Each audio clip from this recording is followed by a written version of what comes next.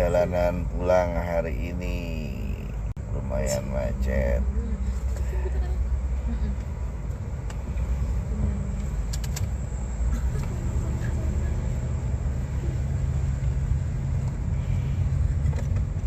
Hari ini market mobil.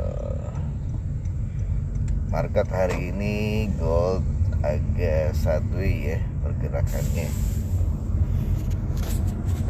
Jadi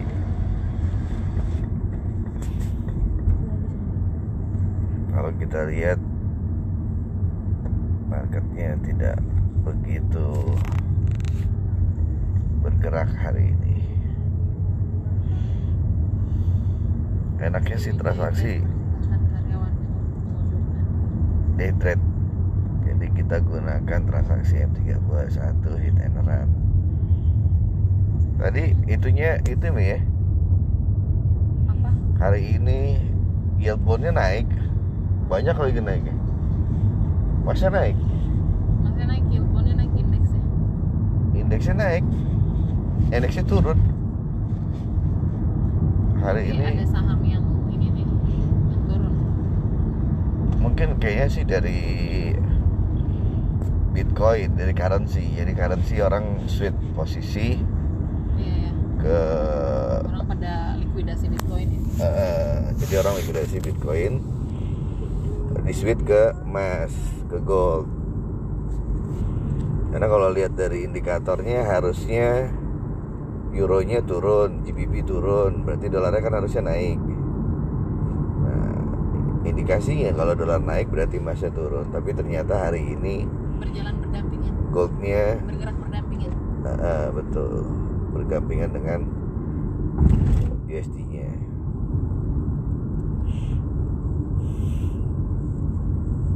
Sebenarnya kalau kita perhatikan pergerakan marketnya sendiri dengan indikator yang ada itu udah cukup ya. Jadi kalau transaksi di future trading yang terpenting sebenarnya karakter dari pergerakannya itu kita bisa baca. Ya, kita bisa serap kebiasaan-kebiasaan pergerakannya sehingga itu akan memudahkan kita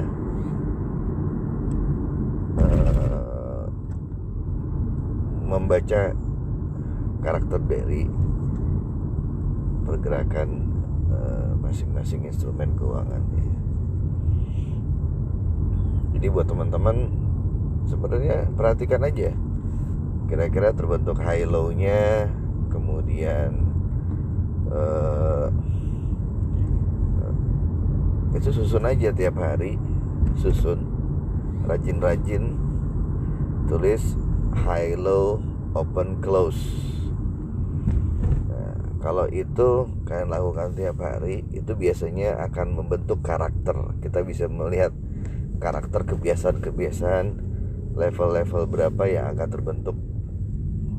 Karena memang analisa teknikal itu adalah histori-histori dari pergerakan sebelumnya.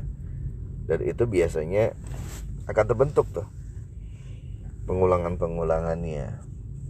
Jadi pagi-pagi biasain bikin yang namanya high low dari histori yang kemarin. Gitu. Ya, selamat malam Pak Yogi Kurniawan. Jadi kuncinya sih sebenarnya biasain aja tiap pagi bikin high low, ya. Kemudian dari high low akan terbentuk kebiasaan market. Nah, di situ kita bisa baca juga resistance supportnya dari high low tersebut. Itu akan terbentuk resisten dan support. Oke. Mungkin ada beberapa pertanyaan teman-teman. Kalau kita bandingkan dengan saham juga sebenarnya sama. Pasti area-area yang terbentuknya itu historicalnya kita bisa baca dari terbentuk high dan low-nya. Jadi akan terbentuk yang namanya resisten dan support. Seperti itu. Bitcoin juga sama, cuma bedanya Bitcoin yang mendorong dari pergerakan Bitcoin itu hanya, atau currency itu hanya supply and demand. Isu yang dibuat untuk menaikkan, kemudian ada isu yang membuat dia turun. Jadi ya tapi macam-macam aja persepsi orang ya. Sekarang tadi saya baru dapat informasi dari teman-teman lagi, Bitcoin itu terbentuk dari logaritma nya bisa membaca. Jadi kalau orang pasang stop lossnya dulu kejemput. Ini ada lagi nih informasi yang saya dapatkan, entah valid atau tidak. Jadi stop loss yang dipasang oleh teman-teman itu akan terbentuk tuh. Jadi yang kena stop loss ya kejemput stop lossnya gitu. Tapi ya di antara semua ini bagusnya adalah kita belajar.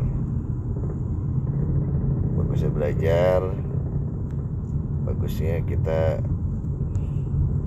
punya ilmunya, kemudian pelajari karakternya, supaya kita nggak usah bermimpi profit yang besar. Ya paling nggak kita bisa punya tujuan gimana caranya bisnis kita resikonya kecil, pasti peluangnya jadi besar. Itu yang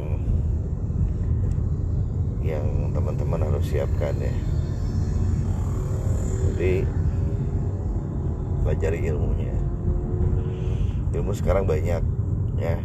Ya kalau mau gratis ya, ada Trader Smart Indonesia. Jadi teman-teman bisa hubungi, IG-nya aktif kok ya. IG-nya aktif sekali. Di sana selain nanti ada smart chart, kemudian breaking news, ada hot news, kemudian ada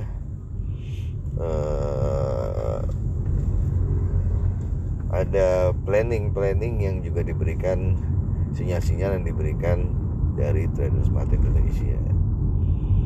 Jadi manfaatkan sosial media, Instagramnya, untuk menjadi sumber informasi yang membuat teman-teman transaksi secara konsisten.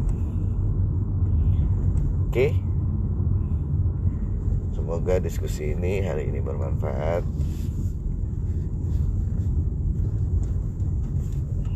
Jangan lupa sebelum tidur cuci tangan, cuci kaki, dan berdoa supaya marketnya sesuai dengan apa yang kita prediksi. Oke.